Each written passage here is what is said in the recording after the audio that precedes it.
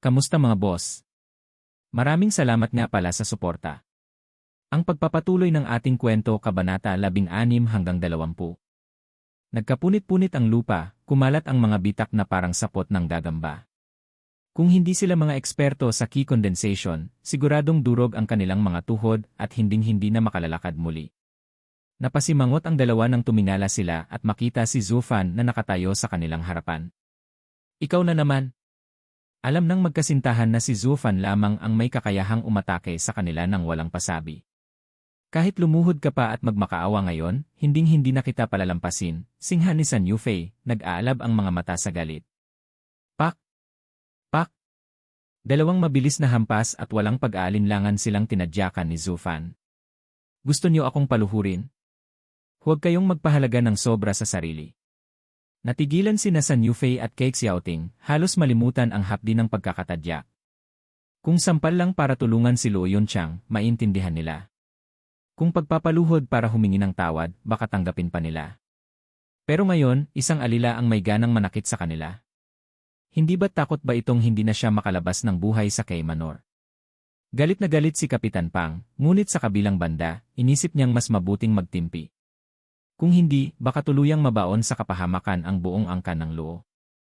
Mapait na umiti si Luo Yunchang. Hindi siya naguguluhan, kilala niya si Zufan. Naranasan na niya mismo sa kabubatan ang marahas na likas nito. Hinding-hindi ito kumilos na parang isang tagasilbi, palagi lamang nitong ginagawa ang nais nito. At hindi niya matanggap na ang kanilang Luo clan ay may ganitong uri ng alila. Ngunit kabaligtaran ang naramdaman ng kapatid niyang si Luo Yunhai. Ang dati niyang tingin sa alila, mapangahas, walang galang, at palaging siya ang binibiktima, ay biglang nagbago. Sa kanyang paningin, si Zufan ay hindi na isang alipin, kundi isang bayani, walang takot na lumalaban para iligtas ang Luo clan. Sino ang naglalakas loob na manggulo sa teritoryo ng K clan? Nag-eko ang malakas na tinig, kasabay ng paglitaw ng isang lalaking may nakakatakot na presensya. Namutla si Luo Yunchang. Mahigpit niyang hinila ang kapatid at niyakap ito, ramdam ni Yunhai ang kaba sa dibdib ng ate. Nagliwanag naman ang mukha ni Cake Xiaoting. Ama! Narito ka.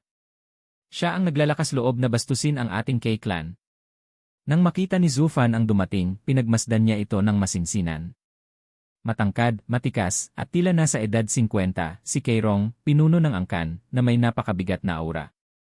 Ikawalong antas ng bone tempering, nakangising bulong ni Zufan. Nanlaki ang mga mata ni Keirong.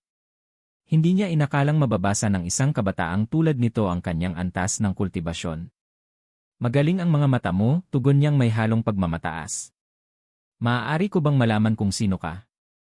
Alila ng Luo clan, si Zufan. Bahagyang natigilan si Keirong. Narinig niya kay Luo Yunchang na pinalitan ang kanilang matandang katiwala matapos itong magtaksil, ngunit hindi niya inakalang ganito kabata ang kapalit, at higit sa lahat, may kakaibang presensyang bumabalot dito.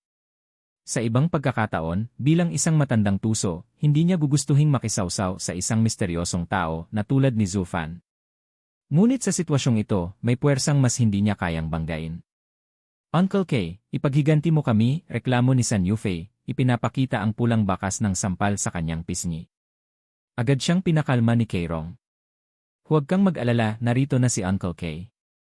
Pagkatapos ay humarap siya kay Luo Yunchang, seryosong tinig ang gamit. Yunchang, tinanggap ko kayong magkapatid dahil sa awa.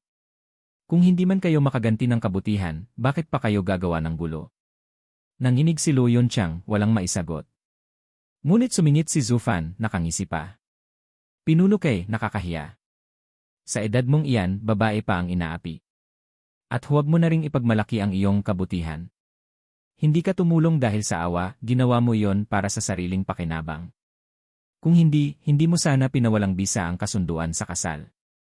Lalong tumalim ang tingin ni Keirong. Kung gayon, wala na tayong dapat pag-usapan. Para sa kapakanan ni Yufei, hindi na ako magpapaliban. Haharapin mo ang aking atake. 20% lamang ng aking lakas ang gagamitin ko, at hayaan na nating ang kapalaran ang humusga. 20%. Napasigaw si Kapitan Pang. Para sa iyo, mas malakas pa yon kaysa sa buong lakas ng isang ikasyam na antas ng key condensation. Gusto mo lang kaming patayin? Uncle K, nakikiusap ako. Si Yunhai ay bata pa, wala siyang kasalanan, pagmamakaawa ni Luo Yunchang. Ngunit mumisi lamang si Keirong at tumingin kay San Yufei. Kung ganun ako na ang mauuna, sagot ni Zufan, nakataas ang labi. Hush! Mula sa kanyang kamay, sumabog ang isang dambuhalang pulang palad sa hangin. Hindi ito inasahan ni Keirong, kaya't agad siyang gumanti ng sariling palm strike. Boom! Nagbanggaan ang dalawang puwersa. Umatras si Zufan ng 10 hakbang, ngunit hindi man lang nasugatan. Isang kultibador sa ikalawang antas ng key condensation nakatiis sa 20% ng aking lakas, nanlaki ang mata ni Keirong. Ngunit nagkataon lang ang kaligtasan mo. Tumawa si Zufan. Hindi ako naniniwala sa swerte. Naniniwala ako sa kapangyarihan. Itinuro niya ang kamay ni Keirong, at doon lang nakita ng lahat na dumurugo ito. Impossible, bulong ni Keirong. Ako'y nasa ika-8 antas ng bone tempering, paano magagawa ng isang tulad niya? Isa pa, dagdag ni Zufan, akala mo ba 20% ang pinalabas mo? Hindi man lang umabot sa 10. Nanlamig si Keirong. Sa totoo lang, nang bitawan niya ang palm strike kanina, may saglit na pagkagulo sa kanyang dugong enerhiya. At heto, malinaw ang resulta. Kung hindi ka naniniwala, tingnan mo ang iyong anak. Itinuro ni Zufan si Cake Xiaoting. Kasabay nito, bigla itong sumuka ng dugo. Ama, anong nangyayari? Halos maiyak si Xiaoting, wala naman siyang sugat. Zufan! Anong ginawa mo? Sigaw ni Keirong. Ngumisi si Zufan. Wala. Gusto ko lang ipaalala sa iyo na kaya kong kitilin ang buhay ng iyong anak kahit kailan. Sana maisip mo iyon ng mabuti. Muling itinuro ni Zufan si Cake Xiaoting, at muli itong nagsuka ng dugo. Naniniwala na ako. Pawis-pawis si Keirong, nanginginig ang tinig. Ngayon, labis na siyang nagsisisi. Kung alam lang niya na ang Luo clan ay may ganitong katalinuhan at tapang nakatiwala, hinding-hindi niya sana hinayaang lumala ang sitwasyon. Kung ganun, magpapaalam na kami. Pinuno Kay. Kumaway si Zufan ng bahagyang pagyuko, saka hinila si Luo Yunchang palayo. Habang naglalakad, humalakhak siya. Ngayon, kayo ang nang-aapi sa akin. Ngunit bukas, kayo ang luluhod sa ilalim ng aking mga paa. Uncle K, hahayaan mo na lang ba siyang makaalis? Giit ni San Yufei, puno ng galit. Malalim na napabuntong hininga si Keirong, pinagmamasdan ang papalayong si Zufan. Sa halip na tumanggap ng panauhin, nakakuha ako ng kaaway. Ipinatong niya ang kamay sa balikat ng anak at inalalayan itong pumasok. Ngunit sa kalagitnaan ng kanilang paglalakad, kumislap ang kanyang mga mata at tumingin kay San Yufei. Yufei, kailangan nating wakasan si Zufan sa lalong madaling panahon. Panganib siya hindi lang sa amin, kundi pati sa inyong San Clan. Humph! Hindi ka lang makakilos dahil sa anak mo. Pero ang San Clan hindi natatakot. Ipapalasap ko sa kanya kung ano ang kahulugan ng makabangga sa 7 ng marangal na pamilya, tugon ni San Yufei, umaapoy sa puot. Habang papalabas sina Zufan, Kapitan Pang, at Luo Yunchang mula sa Kay Manor, nanginginig ang dalawa sa kaba. Paminsan-minsan ay lumilingon sila, natatakot na baka biglang magbago ang isip ni Keirong at ipahuli sila. Tanging si Zufan lamang ang nanatiling kalmado, ngunit sa kanyang dibdib, nag-aapoy ang galit. Binibining amo, may iba pa ba tayong mapupuntahan? Malamig ang tinig ni Zufan. Namasa ang mga mata ni Luo Yunchang at umiling. Si Kapitan Pang na may napabuntong hininga ng malalim, puno ng panghihinayang. Mariing pinagdikit ni Zufan ang mga ngipin. Nangako siya sa sarili na darating ang araw, ubusin niya ang buong Kay clan hanggang sa maging abo. Isang hakbang na lang sana at matitiyak na niya ang ligtas na pamumuhay ng magkapatid na Luo, ngunit winasak iyon ng mag-ama ng Kay. Kung dumating ang araw na bumagsak ang Kay clan, dahil sa paglapastangan nila kay Zufan, tiyak na maggangalit sa pagsisisi si Keirong. Ngunit para sa ngayon, puro inis ang nararamdaman ni Zufan. Nawalan siya ng pag-asa, at lalo pang nadagdagan ang kanyang pasanin sa pagbabantay sa magkapatid. Sandaling natahimik si Zufan, bago biglang nagsalita, binibining amo, alam mo ba ang tungkol sa 7 marangal na pamilya? Ano? Saan mo narinig yon? Halatang nataranta si Luo Yunchang, para bang nahuli sa isang lihim ng langit. Ngunit nang maalala ang mga kakaibang pangyayari nitong mga nakaraang araw, bahagya rin siyang kumalma. Maging si Kapitan Pang ay napatingin sa kanya nang may pagtataka, ito ang unang pagkakataon na narinig niya ang tungkol sa mga yon. Matagal na kumagat sa labi si Luo Yunchang bago sa wakas ay nagsalita ng mabigat ang tinig. Noong nakatira pa tayo sa Cloud Manor, hindi tayo kailanman nakasalamuhan ng mga iyon, kaya't natural lang na hindi kayo pamilyar. Pero ngayong palaboy-laboy na tayo, tandaan nyo ito, kapag nakatagpo kayo ng kahit sinong may kaugnayan sa 7 pamilya, kahit aso pa nila, dapat nyo silang iwasan. Nanlaki ang mata ni Kapitan Pang. Noon lang niya nakita si Luo Yunchang na magsalita ng ganoong kabigat, na para bang binabanggit ang mga halimaw. Kahit kailan, hindi niya narinig na may ganoong respeto o takot si Luo Yunchang sa K-clan. Ngunit hindi na tinag si Zufan, na natiling kalmado. Luo clan, K-clan lahat sila'y mga mortal na angkan lamang. Pero sa Imperyong Tianyu, may 7 opisyal na paborito ng maharlikang pamilya. Maaari silang umupo sa tabi mismo ng emperador. Ang kapangyarihan at teritoryo nila'y higit pa sa lahat ng karaniwang angkan. Ang lumaban sa kanila ay parang lumaban na rin sa mismong imperyo. Anong sabi mo? May mga pamilya palang kasintatag ng mismong imperial na angkan, namutla si Kapitan Pang.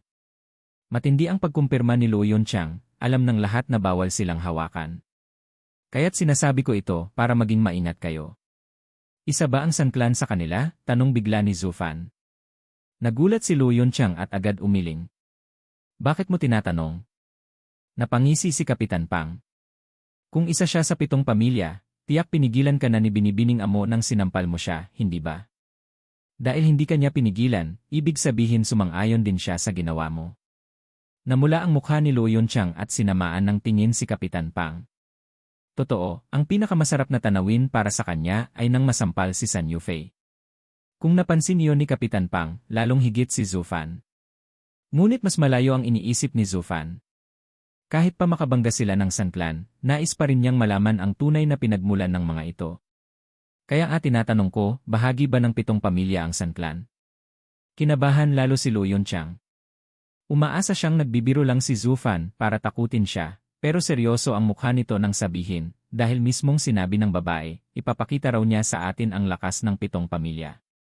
Anong? Ibig sabihin na kalaban natin ang isa sa mga yon. Nanlaki ang mata ni Luo Yunchang, namutla, at tulala ang tingin kay Zufan.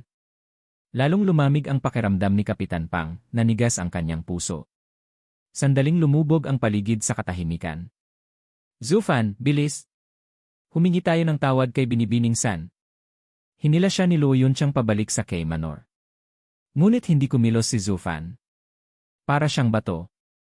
Kapag bumalik tayo, kamatayan ang sasalubong sa atin. Napatigil si Luo Yunchang, nanlumo at napayuko. Malupit man ang tinig ni Zufan, iyon ang katotohanan. Kung napakadali lang sanang ayusin ang galit ng 7 pamilya, hindi sana sila kinasisindakan ng buong imperyo.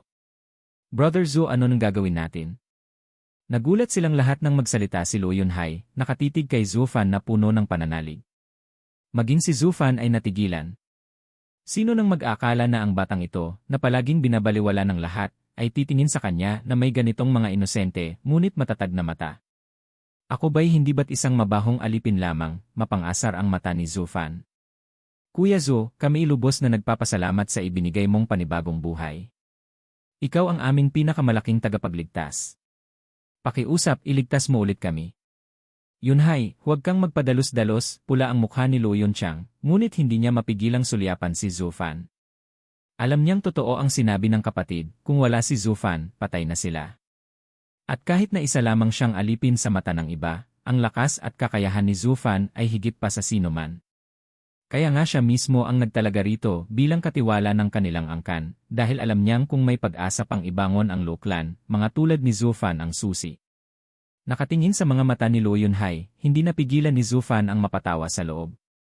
Talagang ang anak ng angkan mayabang, ngunit marunong kumilala ng talento. Nakakatuwa.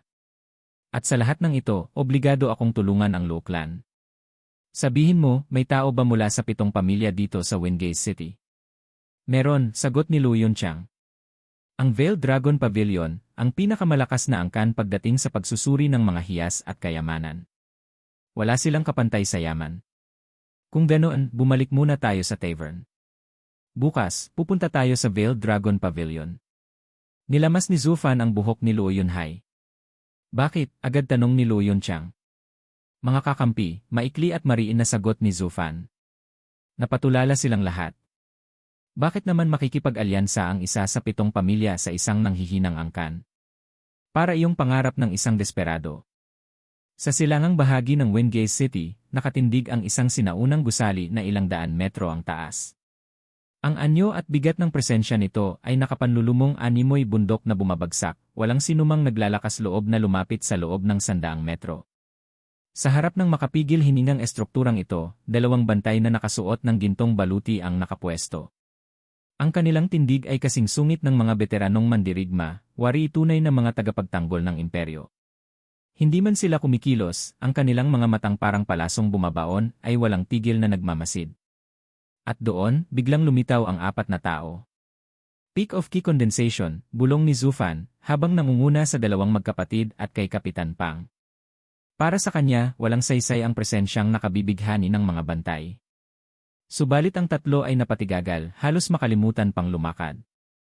Huminto, sigaw ng mga bantay, tiniklop ang daan. Hindi para sa inyo ang Veiled Dragon Pavilion. Hindi man lang sila nilingon ni Zufan. Iparating ninyo na ang dalagang tagapagmana ng Luo Clan ng Cloud Manor, si Luo Yunchang, ay dumating upang ipasuri ang isang bagay. Nagpalitan ng tingin ang 2 bantay, halatang nagulat. Marami na silang nakasanayang mga panauhing dumarating upang magpasuri, ngunit ang lahat ng iyon ay yuyuko, makikiusap, at makikisuyo. Ngayon pa lamang sila nakatagpo ng isang kabataang walang galang at tila puno ng kayabangan. Hindi ka namin kilala. Ang aming tagasuri ay hindi basta nakikipagkita sa kung sino-sino lang, mariing tugon ng isang bantay. Napayuko si Luo Yunchang. Isa sa 7 maharlikang pamilya ang Veiled Dragon Pavilion. Para sa kanila, ang tulad ng Luo Clan ay mga langgam lamang, hindi karapat-dapat makipag-usap, lalo pat makipag-alyansa. Zufan, mahina niyang tawag, sabay hila sa kanyang manggas. Ngunit mabilis siyang itinabig ng lalaki. Ang magpasya kung kami karapat-dapat ay ang mismong tagasuri, hindi kayo. Kumilos kayo ayon sa inyong papel, bilang mga utusan lamang. Anong sinabi mo? Naggitngit ang mga bantay at biglang pinakawalan ang kanilang nakakapasong presensya. Nanghina ang hininga ng mga kasamang Luo at napaatras, ngunit si Zufan ay nanatiling nakatindig, mariing sumigaw, ganito ba talaga makitungo ng 7 maharlikang pamilya sa kanilang mga bisita? Kay laking kahihiyan para sa isang pawang pinupuri ng lahat. Huminto. Isang dalagang nakabihis ng puting sutla ang lumabas. Agad na yumukod ang mga bantay. Dalagang ginang, nang gugulo ang mga taong ito. Ngunit malamig ang tugon ng babae, narinig ko ang lahat. Kayo ang nagkamali. Lahat ng dumarating ay mga panauhin. Dapat silang igalang. Pagkatapos ay nagbago ang kanyang tinig, magaan na ngumiti kay Zufan. Ginoo, muling nagtagpo ang ating landas. Ikaw. Nagulat si Zufan maging si Kapitan Pang. Siya ang babaeng nakipagtalo sa tindero sa pamilihan. Subalit ibang-iba ang sitwasyon ngayon. Hindi ko akalain na ang dalagang iyon ay mula sa Veiled Dragon Pavilion, lihim na natawa si Zufan. Patawad kung hindi kita nakilala kaagad, dalagang ginang. Ngumiti ang babae at marahang yumuko. Ako si Long Kui, isang munting tagasuri lamang dito. Ano ang dahilan at kayo'y dumulog sa amin? Ipagpatawad mo. Ako'y si Zufan, tagapangasiwa ng Luo Clan. Dahil sa matinding kasawian na bumabalot sa aming angkan, isinama ko ang aming dalagang ginang rito, sa pinakatanyag na tahanan ng mga tagasuri sa buong imperyong Tianyu, upang ipagbili ang aming yaman. Kumikislap ang mga mata ni Long Kui. Nang makita niyang tumango si Luo Yunchang, nagbalik siya ng ngiti kay Zufan. Kung gayon, gagawin ko ang buong makakaya upang siya satin ito. Halina, sumunod kayo. Pinapasok niya ang pangkat, habang ang 2 bantay ay nanlalaki ang mata sa pagkabigla. Kaibigan ba siya ng dalagang ginang, bulong ng isa? Hindi maaari. Ang isang tulad niya, kaibigan ng dalaga. Malamang ay pinapansin lamang niya ang kanilang dala. Kapag hindi nakatugon sa kanyang inaasahan, palalayasin din sila. At doon, hehehin. Pag nangyari iyon, tuturuan natin sila ng leksyong hinding-hindi nila makakalimutan, lalo na ang bastos na si Zufan. Ngunit paano kung magustuhan ng dalaga ang dala nila? Impossible. Tingnan mo lang ang itsura nila. Wala silang posibleng dalang higit pa sa isang itim na jade. Hahaha. Habang nagingit-ngit at naglalaway sa galit ang mga bantay, pinasok naman ni Long Kui ang pangkat sa isang marangyang silid. Pagkaupo nila, umiti siya, ano bang yaman ang inyong dala? Maaari na ninyong ilabas. Ngumisi si Zufan. Ang dalagang ito'y inaakalang higit ang galing niya, ngunit tuso rin siya. Alam kong sinadya niyang subukin kami sa tarangkahan upang makita kung karapat-dapat kami sa kanyang oras. Kung kami umurong, hindi sana siya magpapakita ng kabaitan ngayon. Ngunit sa harap ng isang tusong gaya niya, si Zufan ay mas tuso pa. Hush! Inilapag niya ang isang pergaminong puno ng masiselang guhit. Napamulagat si Long Kui at agad itong inabot. Pinagmasdan niya ito ng buong ingat, parang ayaw pakawalan. Si Lu Yunchang at Kapitan Pang ay halos hindi makapaniwala. Ang guhit na ito'y siya mismong nilikha ni Zufan kagabi. Nang una nila itong makita, iisa lang ang pumasok sa kanilang isipan, ano ba itong kalokohan? Ngunit ngayon, sa itsura ng dalaga, tila napakalaking halaga ang nakatago rito. Mr. Zufan, matalim ang titig ni Long Kui, magkano ang nais mong kapalit nito? Bahagyang natawa si Zufan. Dalagang Long, ikaw ang tagasuri. Hayaang ikaw ang unang magtakda ng halaga. Napakagatlabi si Long Kui. Mula sa mga mata ng lalaki, batid niyang hindi ito basta-basta, hindi maaaring linlangin. Kung gayon, ano sa palagay mo sa halagang 20,000 spirit stones? 20,000. Napatayo si Lu Yunchang sa pagkabigla. Noong kasagsagan ng yaman ng Cloud Manor, 50,000 lamang ang kayang itaya ng buong angkan. Ngayon, isang guhit lang ni Zufan ang nagkakahalaga ng 20. Maging si Kapitan Pang ay natulala. Malamang na hindi napigilan ni Long Kui ang kanyang panlalait sa dalawa. Humph, isa akong ginang at kayo'y mga pusang gala. Ngunit nang masilayan niya ang payapang ngiti ni Zufan, nagbago ang kanyang timpla. Ang tunay na dalubhasa, hindi ang dalagang ginang o ang mandirigma, kundi ang tagapangasiwa mismo. 20,000. Hahaha. Napailing si Zufan habang hinihimas ang kanyang baba, sabay abot sa pergamino. Kung ganyan ka, binibining Long, na hindi tapat sa usapan, huwag na nating ituloy pa. Agad na umatras si Long Kui, mahigpit na niyakap ang pergamino na parang natatakot na maagaw ito. Mr. Zhao, 20,000 ay hindi maliit na halaga para sa isang first-grade array. At tandaan mo, iginuhit lang ito at hindi nakatatak sa jade slip. Makatarungan ang alok kong presyo. Hahaha! Binibining Long, baka hindi ako ganoon katalino pero hindi rin ako tanga. Huwag mo akong lokohin. Ibigay mo na ang pergamino. Umabot si Zufan, ngunit hindi siya nagmadali. Bagkus, mariin niyang tinitigan ang dalaga. Mas lalo pang hinigpitan ni Long Kui ang hawak sa guhit, kinagat ang labi at napasigaw, sige. Bilang lugi ko na, 30,000. Umiling lang si Zufan na may halong pagkadismaya. Hindi ka pa rin tapat. Yumuko siya at iniunat ang kamay para agawin ang pergamino. Mabilis namang umatras si Long Kui, pilit umiiwas sa mga kamay ng lalaking tila demonyong handang manlamon. Totoo, isang first-grade array nga ang guhit na yon at hindi iyon ang una niyang makita. Ang presyong una niyang inalok, 20,000, ay sapat na. Alam niyang hindi niya maloloko si Zufan na may malalim na kaalaman. Ngunit sa napakaraming array sa mundo, hindi lahat ay kabisado niya. Kahit ang pinakamalaking angkang tagapagtasa ng imperyo, ay may limitadong array lamang sa kanilang imbakan. Kaya't bihira ang pagkakataong makakita siya ng isang natatangi. Kaya't kahit malugi, gagawin niya ang lahat para makuha ang guhit na ito. Ngunit si Zufan ay parang pader, hindi natitinag kahit isang hakbang. Kaya't napilitan siyang lumingon sa kanina pa walang imik na si Lu Yunchang. Binibining Luo, 30,000 ang pinakamataas na halaga para rito. Sa buong imperyo, tanging ang Veiled Dragon Pavilion lang ang may kakayahang bumili ng ganitong guhit. Wala ka nang makukuhang mas magandang presyo. Inag-alinlangan si Lu Yunchang at tumingin kay Zufan. Alam ni Long Kui na may puwang siya. Kaya't mas lalo pa niyang tinukso ang dalaga. Binibining Luo, sa oras na magkasundo tayo, magiging kagalang-galang kang panauhin ng aming pavilion. Bukas ang aming mga pintuan para sa iyo magpakailanman. Kagalang-galang na panauhin. Napabulong si Lu Yunchang, ibig sabihin makakakuha tayo ng kakampi. Napuno ng kagalakan ang kanyang puso, kaya't agad siyang lumingon kay Zufan.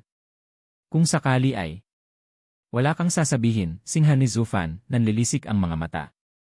Isang iglap lang at naimpluwensyahan na agad ang babaeng ito. Napakamangmang.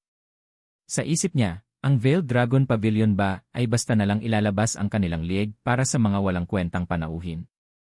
Hindi. Kung nais makuha ang kanilang proteksyon, kailangang patas ang pakikipagkalakalan. Binibining Long, malamig na wika ni Zufan, ako ang katiwala ng Angkang Luo. Ako ang namamahala sa lahat ng usaping may kinalaman dito. Kaya't ibalik mo ang guhit. Nagulat si Lu Yunchang, napatitig sa kanya, saka sa pergamino. Totoo ang kanyang sinabi, pero kailan pa nalampasan ng katiwala ang kanyang ginang sa kapangyarihan? Hindi kayang supilin ng ginang ang sarili niyang katiwala, isip ni Long Kui. Napabuntong hininga siya at bagamat labag sa kalooban, inabot ang pergamino ng dahan-dahan. Nakakalungkot, Mr. Zufan. Mataas masyado ang hinihingi mo at hindi ko kayang tugunan. Ngunit, tiniyak ko sa ngalan ng aming Veiled Dragon Pavilion na ang guhit na ito, isang first-grade array, ay hindi lalampas sa 30,000. Kinuha ni Zufan ang pergamino, tumindig at lumapit kay Long Kui. Napatulala ito. At patawad, anya, malamig ang tinig, mukhang napataas ko ang tingin ko sa'yo. Hindi mo pa rin talaga nauunawaan. Mayroon ba kayong ibang tagapagtasa dito? Anong ibig mong sabihin? Hindi ko naiintindihan. Namula ang pisngi ni Long Kui, at sumidhi ang kanyang galit. Wala pang bagay na napasa kamay niya na hindi niya natatasa ng tama. Ang kanyang kakayahang tukuyin ang peking itim na jade, kahit hindi maipaliwanag kung bakit, ay sapat upang siya'y kilalanin. Sa talento niyang iyon, umangat siya bilang isa sa pinakamahusay na tagapagtasa ng imperyo. At mayong hamunin siya ni Zufan. Para bang sinampal ang kanyang dangal. Mr. Zufan, umisi si Long Kui, bagamat nanginginig ang ngipin, maganda ang mga mata mo, pero huwag kang lumampas sa iyong kaya. Ngunit mumiti lamang si Zufan. Mayroon pa bang ibang tagapagtasa rito? Mariin siyang tiningnan ni Long Kui. Mabuti. Hintayin mo lang dyan. Umalis siya nang may buwelo. Nag-aalala naman si Lu Yunchang. Baka nasaktan natin ang Veiled Dragon Pavilion. Umiling si Zufan, may ngiting may kahulugan. Makalipas ang ilang sandali, bumalik si Long Kui, ngunit ngayong may kasamang matanda. Longju. Nanlaki ang mga mata ni Lu Yunchang. Siya ang tagapangasiwa ng Veiled Dragon Pavilion dito sa Wingate City, ang punong tagapagtasa, si Godey Longju. Mula pa sa malayo, malinaw na umalingaw-ngaw ang tinig ng matanda. Binibining Luo ng Angkang Luo. Nakilala ko ang iyong ama 20 taon na ang nakalipas, puno ng sigla noon. Hindi ko inasahan na ang inyong angkan ay magbebenta ng ganitong kayamanan. Nanlamig ang dibdib ni Zufan, kumunot ang kanyang noo. Ang lakas ng matandang ito ay higit pa kay Kairong, hindi niya maaninag ang antas ng kapangyarihan nito. Hindi dahil mahina ang kanyang paningin, kundi dahil napakalayo ng pagitan nila. Ibig sabihin, may ganitong antas pala ng eksperto sa Veiled Dragon Pavilion, bulong niya sa sarili. Nang makalapit, inalalayan ni Long Kui ang matanda. Yumukod si Lu Yunchang, Lolo Jiu. Sunod-sunod din yumukod ang iba, maliban kay Zufan na nakatayo lang. Pinagmasdan siya ng matanda gamit ang kanyang malabong mata. Ikaw ba ang katiwala ng Angkang Luo? Mas mabuti na iyan kaysa sa matandang San, wika nito na may makahulugang tingin, bago umupo. Narinig kong may duda ka sa kakayahan ni Xiao Kui. Mayroon nga. Tugon ni Zufan, diretsyo at walang paligoy. Napasinghal si Long Kui, napapadyak pa. Ha, tumawa ang matanda. Baguhan pa lamang si Xiao Kui, pero tama ang kanyang mga mata. Malapit-lapit ang kanyang pagtatasa. Ngunit dahil may duda ka, itong bulag na matanda na lang ang titingin. Inabot ni Zufan ang pergamino. Nang mabuksan ni Longju, biglang nawala ang kanyang ngiti. Nakatitig ito ng matagal sa laman. Lolo Jiu, tama ako, hindi ba, sabat ni Long Kui, may halong pagmamalaki. Isang first-grade array. 30,000 spirit stones. Ngunit nanatiling seryoso ang mukha ni Longju. Matapos ang katahimikan, nagsalita siya ng mabigat. Hindi ko akalaing may tinatago palang ganito ang Angkang Luo. Bata, ano sa palagay mo ang halaga nito? 1,800,000 spirit stones. Ano? Halos malaglag ang panga ng lahat. Lalong-lalo na si Long Kui, hindi niya akalaing mismong punong tagapagtasa ng Veiled Dragon Pavilion ang magbabanggit ng napakataas na halaga. Hindi makapaniwala si Long Kui habang nakatitig sa matanda. Subalit ang atensyon ni Longju ay hindi sa kanya, kundi kay Zufan na nakangiting nakatitig pabalik. Napakababa, ani Zufan. Aanong? Sabay-sabay silang napaigtad. 1,800,000, isang kayamanang hindi maisip ng Angkang Luo. Ni sa panaginip, hindi naisip ni Luo Yunqiang na magmamay-ari sila ng ganoong halaga. Ngunit para kay Zhu Fan hindi iyon sapat. Gulong-gulo sina Luo Yunqiang at Kapitan Pang sa kanyang asal. Kung hindi nila alam na lumaki si Zhu Fan sa Cloud Manor, baka isipin nilang anak mayaman itong nagmula sa isang makapangyarihang angkan. Ang lawak ng pananaw niya ay higit pa sa kaya nilang abutin. Bago pa man makabawi ang lahat sa sinabi ni Zhu Fan, sumagot na si Long Jiu. Nauunawaan ko pero iyan na ang pinakamataas na kaya kong ibigay. Kung ganoon, umiting pilit si Luo Yunqiang, pinapahid ang pawis sa noo, ibebenta ko ito bilang pabor kay Lolo Jiu. Hindi niya akalaing isang simpleng guhit mula kay Zhu Fan ay aabot sa presyong ikinasaid ng kayamanan ng mismong Gode Long Jiu. At malinaw, nais talaga nitong makuha ang guhit. Kaya't mas mabuti na rin na makuha ang pabor nito at mapalapit sa Veiled Dragon Pavilion. Nagpakita ng itinang kasiyahan si Long Jiu, mainat na itinupi ang pergamino na parabang isang sagradong bagay. Ngunit biglang dumagundong ang mesa nang hampasin ito ni Zhu Fan. Kung iyan na ang huli mong presyo, wala nang kasunduan. Zhu Fan! Matalim ang tingin ni Luo Yunqiang, subalit binaliwala siya nito at inabot ang pergamino. Nagsikip ang mga mata ni Long Jiu at sa isang iglap, ibinuga niya ang nakapangingilabot na presyon ng kanyang kapangyarihan. Bata, gusto ko yan. Sa ilalim ng napakalakas na enerhiya, napaatras ang lahat. Sina Luo Yunqiang at Kapitan Pang ay halos mawalan ng malay sa pagkagulat. Ang lakas ni Long Jiu ay higit pa sa naranasan nila mula kay Kairong. Ang lumaban dito ay tiyak na kapahamakan. Ngunit si Zhu Fan ay hindi natitinag. Bagkus, mumisi pa siya. Lolo Jiu, huhubaran mo ba ng dangal ang Veiled Dragon Pavilion? Hindi ka ba natatakot, bata? Dagdag ng matanda, lalo pang pinataas ang bigat ng kanyang enerhiya. Humph! At ikaw, hindi ka ba natatakot? Sandaling napatigil si Long Jiu. At sa isang buntong hininga, binawi niya ang kanyang kapangyarihan, sabay tawa. Ha ha ha! Magaling na bata! Sa pamumuno mo, walang dapat ikabahala ang Angkang Luo. Naguluhan ang lahat. Kanina lamang ay tila maglalaslasan na sila ng liig, ngunit sa isang iglap, naglaho ang lahat. Hindi nila alam ang labanan ay lumipat mula sa lakas tungo sa talino. Ginamit ni Long Jiu ang kanyang kapangyarihan upang pilitin si Zhu Fan na magbenta. Ngunit tiniis ng binata ang bigat at tinamaan naman ang matanda sa kahinaan, ang dangal ng kanyang pavilion. Kung kumalat ang balita na ginamit ng Veiled Dragon Pavilion ang puwersa upang makapagsamantala, magiging mansa ito na hindi mabubura. Iyon ang sugal ni Zhu Fan at siya ang nagwagi. Matiim ang tingin ni Long Jiu kay Zhu Fan. Bata, alam kong hindi ka narito para lang ibenta ang guhit na ito. Ano ang mga kondisyon mo? Ngumisi si Zhu Fan, inilapit ang pergamino. 10,000,000 ang makatarungang presyo. Magsimula tayo sa 1,000,000 ngayon at unti-unting bayaran ang natitira. That's it. Mataman tinitigan ni Long Jiu ang pergamino. Makalipas ang ilang sandali, tumango. Mabuti. Hanggang mabayaran ng lahat, ang Veiled Dragon Pavilion ay may pagkakautang sa Angkang Luo. Kinuha ng matanda ang pergamino at umalis. Ngunit kahit nakalayo na, nanatili ang kanyang tinig. Si Yao Kui, ibigay mo sa kanila ang 1,000,000 spirit stones at ihatid sila palabas. Oo po. Hindi malaman ni Long Kui ang mararamdaman, ngayon lang niya nakita si Lolo Jiu na ganoon kapangit ang timpla. At doon niya rin unang nakita si Zhu Fan na kontento at nakangiti. Pag-abot ng 1,000,000 spirit stones, inihatid niya ang grupo palabas. Sa tarangkahan, halos sabik ang dalawang gwardiya na pagbuhatan sila ng kamay. Ngunit nang makita nila ang magalang na asal ni Long Kui, napahinto sila. At nang marinig nilang kasama sa kasunduan ang 1,000,000 spirit stones, halos hindi sila makapaniwala. Diyos ko, mabuti na lang at wala tayong ginawa, baka kamatayan na ang sinapit natin, bulong ng isa habang pinapahid ang pawis. Tumango lang ang isa pa na lalaki ang mata. Sa Veiled Dragon Pavilion, ang kayamanang ganoon ay higit pa sa sapat para tratuhin ang isang angkan ng may buong paggalang. Ang sinumang tauhan na mangahas umabuso sa kanila ay tiyak na paparusahan ng malupit. Kung ang kayamanang dala nila ay aabot ng 1,000,000, kahit ang mga gwardiya ay maaaring pagbayari ng kanilang sariling buhay. Pinagpawisan sila ng todo habang pinagmamasdan ang paglisan ng grupo.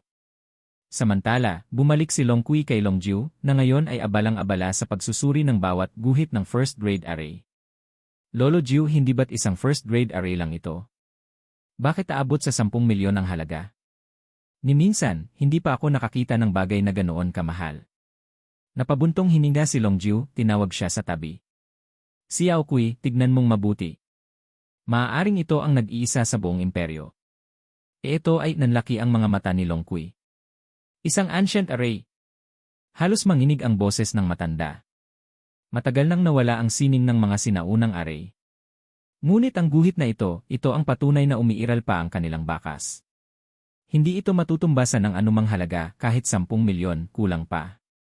Ano? Ganon ito kahalaga? Tumango si Long Jiu, nakangiti tulad ng isang batang nakakuha ng pinakapaborito niyang laruan. Ngunit maya-maya, biglang sumeryoso ang kanyang mukha. Xiao Kui, tawagin mo si Ajay. Magpadala ng 5 eksperto upang bantayan ang Angkang Luo. Inaway nila ang Angkang San ngayong araw. Bakit pa natin sila tutulungan? Tanong ni Long Kui, nagtataka. Singha ng matanda, hindi mo ba naintindihan? May utang tayo sa kanila. Napaisip si Long Kui. Kaya pala ganoon ang naging negosasyon ni Zhu Fan at Lolo Jiu. At hindi niya mapigilang mapangiti, isang binatang tila baguhan lamang, ngunit natalo sa pakikipag-usap ang veteranong Lolo Jiu mismo. Kaya't hindi katakatakang hindi maganda ang timpla nito. Napatawa siya ng palihim. Hanggang dito na lang muna ang ating kwento. Kung nagustuhan mo pa-like at pa-share na rin ang ating video at pwede ka ring mag-iwan ng comment at huwag kalimutang pindutin ang notification bell at mag-subscribe sa ating channel. Maraming salamat.